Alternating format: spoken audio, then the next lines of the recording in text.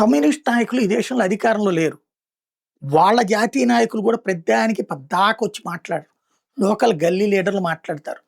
అలాగే ఆమ్ ఆద్మీ పార్టీ నాయకుడు కేజ్రీవాల్ కూడా పద్దాకొచ్చి మాట్లాడు. ఏదో బాగా క్రిటికల్ ఉన్న సందర్భంలోనే మాట్లాడతాడు. మనం ఇక్కడ ప్రధానమంత్రి కావాలనుకుంటున్నాం. ప్రధానమంత్రి అభ్యర్థిమని ప్రజలకు చెప్తున్నాం. ప్రతిపక్ష స్థానం ఇచ్చారు ప్రజలు. ఆ హుందాతనాన్ని పాటించాలి. గెలుపుని ఓన్ చేసుకోలేక చివరికి అవతలోడికి అవకాశం ఇస్తున్నాం. నీట్ విషయంలో కాంగ్రెస్ పార్టీ విధానం కరెక్ట్. నీట్లో ప్రభుత్వం ఫెయిల్యూర్ అయింది కరెక్ట్. ఆ ఫెయిల్యూర్ అయిన దానికి కాంగ్రెస్ నిలదీసింది కరెక్ట్. అయితే ఆ కుంభకోణానికి సూత్రధారులు అరెస్ట్ అయ్యారు, పాత్రధారులు అరెస్ట్ అయ్యారు. ఏకంగా ప్రభుత్వమే సిబిఐ దర్యాప్తుకు ఆదేశించింది. అది నా విజయం అని చెప్పుకోవాలి కాంగ్రెస్ పార్టీ.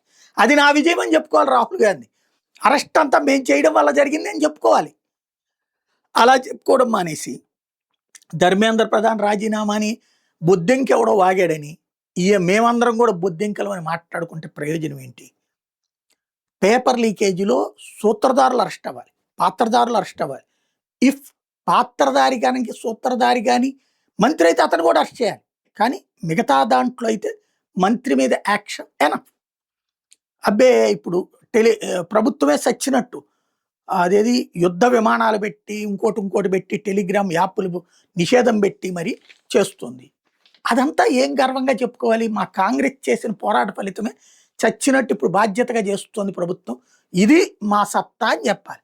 అది మానేసి మీరు టెలిగ్రామ్ ఆపితే ఇంకో ప్లాట్ఫామ్ చేయరా? ఇవన్నీ ఎవడో బచ్చాగాడు ఎనలిస్ట్ పేరుతో మాట్లాడుకోవాల్సినటువంటి ఎందుకు రాహుల్ గాంధీ మాట్లాడుకుంటున్నాడు అవన్నీ? అంటే అవగాహన రాహిత్యం, నాయకత్వ పటిమ లేకపోవడం.